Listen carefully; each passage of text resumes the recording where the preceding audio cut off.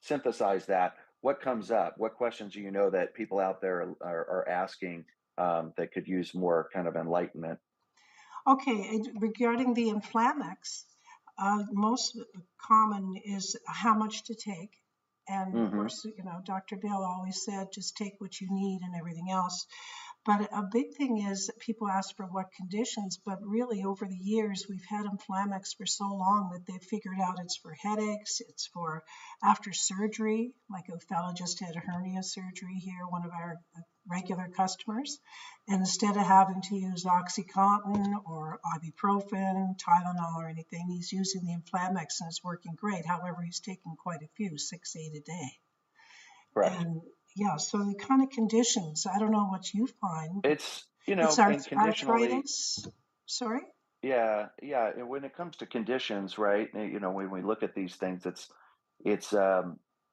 we need to work on just sort of the generic side of things when it's like they'll call it, for the most part, cytokine imbalance, right? There's an inflammatory cascade that's not regulated well. Now that could Yeah. be acute, could be self-imposed, like you said. Oh, I had to go in and do a surgery. Maybe it was elective, maybe it wasn't. Hmm. Or there might be a chronic condition like you bring up. Maybe there's something that's associating on autoimmunity that's creating inflammation in certain parts of the body. And you're saying, is there a way that the body can help support what you're trying to do, whatever means that might be? And this is a natural way to just help support the body in these contexts and help it to regulate back to hopefully a position of homeostasis. And so, Brian, sorry, what does serapeptase do specifically? oh, well, this is one of those where you're talking about the enzymes that are in here, serapeptase being one of them. Basically, these guys break down, as I was saying before, uh, they're breaking down basically either proteins or amino acids that they find that are in the bloodstream Hmm. that are creating or stimulating in the inflammatory response. So they could be damaged proteins. So let's go with an example of like you've had an injury and you think about your ankle swelling up and it's swollen and it's turning black and blue. Obviously, it takes some time for it to change colors, but you basically create an area of stagnation. The body is not circulating well. It's isolated the area so that it can work on the recovery process. If we think about that like a major pileup, which Michelle, you live out in the area where traffic jams. Oh, yeah. So if you can Southern imagine, California, yes. that's right. So if you can imagine a major traffic jam on the 5 freeway where you're like, nobody's going anywhere. Well, that's like you suffering some kind of injury to an area that creates that effect. And if you said, what would be great is if we could send in like 1,000 tow trucks and just hurry up and pull out the damaged cars, get them out of the way, and open up traffic flow again, Hmm. that would be kind of a visual example of what's going on here when you use proteolytic enzymes to help Okay, support the body's natural healing process. cool. You basically removing the damage and the damage to tissues at the same time. Then you open up the circulatory effect, and this, and, some people refer to it as the chi or the energy of the body is Yeah. restoring faster. And so Well, that's your mechanisms. my next question, next product that have has been requested that you talk about is the Men's Max. And of course, nowadays men are taking everything from Viagra to, I mean, it's crazy out there right now. Hmm. To me, it seems like it's kind of overkill, but who am I to judge? This, Right. so the Men's Max, I mean, really, we've had this product for how long is this now, Ryan? Like 12 years or more? This It's new yeah, it's product. probably Yeah. I was gonna say this is probably a good 8 years at this point. Yeah. For There, men's specs, it's been around, it's been very popular to use, so it's a good one to definitely talk about. remember, there Um, was an original formula, Men's Max, and now it's that's right. Men's Max Plus. That's right. It got updated and refined, and that's something that we like to do, obviously, over time as the science gets improved or better, and there's unique options to be able to add that can, help provide for people in a better manner. And Mhm. especially when you can improve lowering doses or refining the better price points to be able to get better results. I mean, those are all obviously things that we want to do when it comes to the line, and so that people are getting the best they possibly can. So in this formulation, it's a simplistic formula with regards to the ingredients of just where we look at two formulations. One is known as Himalayan shallajit, and the other is an herbal that's referred to as LJ 100. And these are both well-studied ingredients that are herbal components, and they have very powerful effects, as you're saying, in associating with the regulation of overall the testosterone levels in the body. And that includes keeping a good ratio of free to bound testosterone. So in today's day and age, Michelle, Hmm. there's a lot of questions about what's going on with people's testosterone levels. More people, more boomers, obviously, aging into an area where they can notice the differences of what's going on. People can use questionnaires like they typically, besides just running laboratories on your testosterone level, there's a lot of questionnaires that associate back with quality of life. So androgen deficiency in the aging male, are known as the ADAM questionnaire, is one that gets used very frequently. It could be pulled up online. People can fill that out for themselves to take a look. But basically, it points to, from anything, the virility, the vitality, your actual structural height, your muscle mass, putting on fat, sexual performance. Um, these are all key reasons. Energy levels and stamina and that factor are all important aspects. If you put somebody on high stress over long periods of time, that will throw off the amount of testosterone. You'll actually push more testosterone away just by the fact that you're stressing out. Cortisol levels increase. Our environment is typically bathed with a lot of what they refer to as xenoestrogens. So, in that sense, there can be some over push of triggering on hormone receptor sites you don't want to. So Hmm. anyway, it builds a case that there are more men out there, particularly that are going to need support in this area, and doing it naturally with something like Men's Max. What's cool is whether you use Men's Max as a standalone, if you're kind of in that moderate challenged area, Hmm. or if you're somebody that has had to go down the road where they might be using, something that's pharmaceutical based that delivers testosterone directly, it can be a very good supportive product because, as I mentioned earlier, research showing that it allows you to keep this bigger ratio between what's known as free testosterone to bound testosterone is very important because it's the free that is actually creates that accessibility that the body can use it on a effective basis. And so it can be a complement to what people are doing. It doesn't have to be this or that only. It can be this and that in your mind frame with using Men's Max. The dose is very low. It's just therapeutically at 2 capsules a day, and those can be taken all at once. So it makes it very easy to use for people as well. Also, it's not for women at all, is it? No. It actually can be used for women, and it has been studied, the ingredients. And so women would take a higher dose, they found. So it'd be most likely twice as much, so 4 capsules a day for them. But for those that similarly are looking and needing to increase the levels of the overall available testosterone to the body, whether that's men or women, it actually can be used.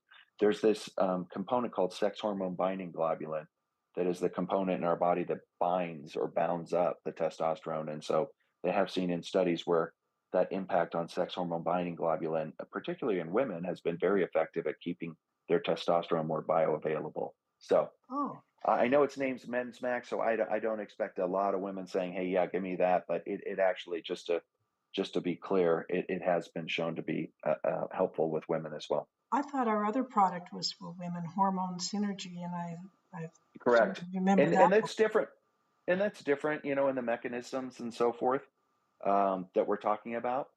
So when it comes to just the testosterone side of things, and a woman saying, "Hey, listen, I know, and I've been told that I need to try to elevate my free testosterone," they might consider adding this because when we talk about hormone synergy, for example, that's not its major mechanism. Although it works on so many other aspects of hormonal balancing for women, it really becomes a really good choice. We have a lot of So, customers that gets rid of their hot flashes, Hormone Synergy. correct.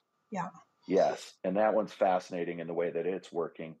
Different mechanistically, obviously, than what we talk about here with Men's Max. And that's why we have to have these conversations because There is. It's not just you can't just take one thing and it's like, "Hey, that's it. It covers everything."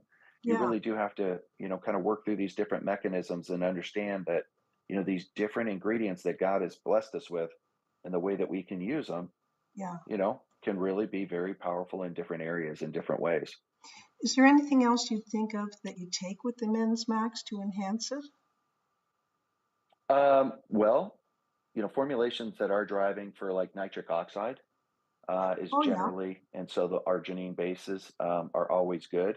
The yeah. other thing, when it comes to hormones, just a quick rundown: your stress levels, if they're out of whack, are going to disrupt your hormone production.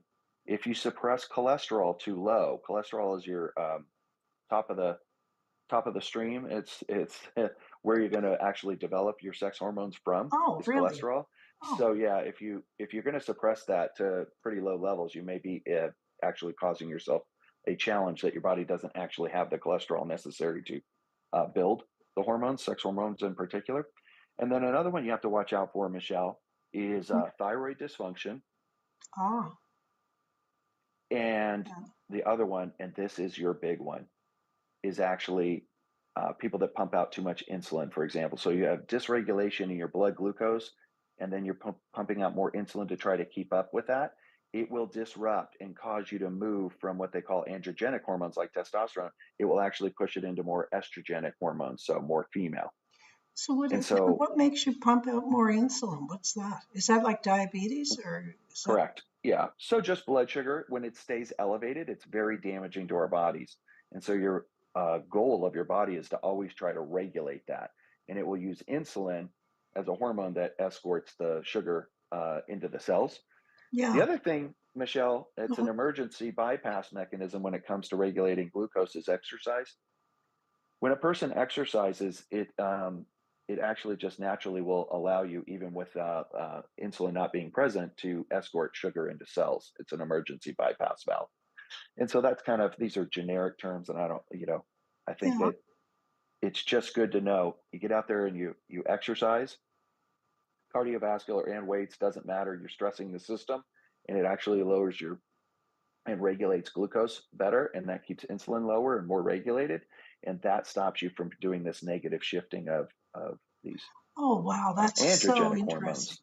Yeah, of course. And You then need the to last exercise. thing, as you talk about exercise, one of the things that we think about is so there's you can see it on a laboratory test is the blood sugar and the insulin, but then your body fat.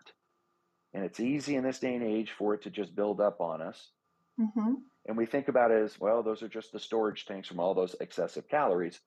But it does, the fat itself is not benign. It's not just sitting there like you rented a storage unit and you never go to it. It is sending out messages. And so, fascinatingly, when it comes to the fat cells, and this is super unfortunate, but they actually trigger us to use and have an enzyme called aromatase. And aromatase, unfortunately, also moves these androgenic hormones into the estrogen based hormones. Oh, And really? so, the more body fat, yeah, that we carry, we're Uh-huh. more likely to create this conversion, and for men or women, it won't matter. So if you're carrying more body Wow. fat, unfortunately, it does carry this natural dynamic that forces our bodies to use this enzyme aromatase and Hmm. create this behavior. And so that could also be a driving factor why we're seeing a lot of disruption of Yes. where a man's Yeah. testosterone level is or a woman's Like once testosterone level again, is at. exercise, diet is just, you have to do that along with Stress, everything else. You just have that's to. right. You Yeah. do. And what's the beautiful thing is when you're trying to address stress, right? And insulin, and generally thyroid if it's not too far off, and body fat. The fact is, when you circle back around and you're doing exercise on a regular basis, and then Mm-hmm. of course trying to eat where you're not getting sugar spiking, it all actually works together. So Yeah. you can look at that as one of the Yeah. most fundamental things Yeah. No to magic work on. pill here. There's a little bit of work to it. There is Yeah. always going to be work to it, and there's never going to be a perfect thing. And I think we've we thought in the past when they were unraveling DNA and they understood that if we unravel the genetic code, we should be able to kind of like a control panel, just flip any switch we want and get the result we want. Mm-hmm. And that actually, in the last, decade and a half, they actually, the more they tried to do that, the more they found that they can't do that. The Yeah. body is way too complex. And so Yes. God's got it in a way that it's like, hey, listen, it's really actually super complex, but the answers aren't really that complicated. They funnel Yeah. back to very fundamental things you can be doing and choices you can be making that Hmm. all work cohesively together to make your body operate in a better manner. So you get better quality of your years, Yeah. is what we want. Nobody gets to live forever, but we want to have those best quality of years we can get. And that's what I love about what you do, Michelle, what you're talking about. This is the Nutrimedical side of things, what Dr. Bill, everybody wants to have, pass on that legacy of better health while you're here, because that's what Amen. God wants you to have. And Amen. these are And just tools I to can do say that that. I enjoy exercising. I enjoy it, and maybe it is because you feel better afterward with exercise, and even dieting. Not dieting, but not eating a bunch of sugar. Sugar to me is probably one of the worst things you can do to yourself is eat too much sugar. Although everybody says to me I eat bread, a lot of bread just turns into sugar. So I'm really doing the same thing. Are you? Well, it is. It's like carbohydrate load and things like that. And so Yeah. I would recommend if people were trying to kind of assess it, count your carbohydrates just in general, and don't count them from vegetables.